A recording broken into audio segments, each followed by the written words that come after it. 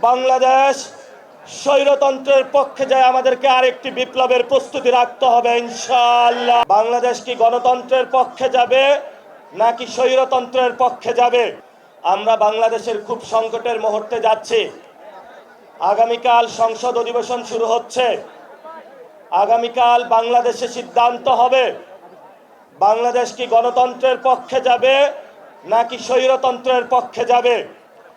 যদি আগামীকাল বাংলাদেশ স্বৈরতন্ত্রের পক্ষে যায় আমাদেরকে আরেকটি বিপ্লবের প্রস্তুতি রাখতে হবে ইনশাআল্লাহ।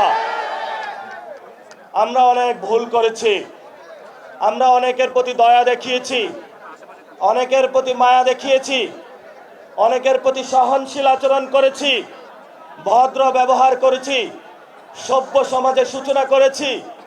কিন্তু আমাদের যে দুর্বলতাকে আপনারা নিয়ে বাংলাদেশ আওয়ামী লীগের পুনর্বাসন, চুপ্পুর যে ভাষণ সংসদে বাজানোর প্রচেষ্টা করছেন, আওয়ামী লীগের অফিস খোলার চেষ্টা করছেন, এই সকল পায়তারা যদি চালনা আপনারা রাখেন তাহলে আপনাদের বিরুদ্ধে আমাদের যুদ্ধ অবতীর্ণ হতে হবে ইনশাআল্লাহ।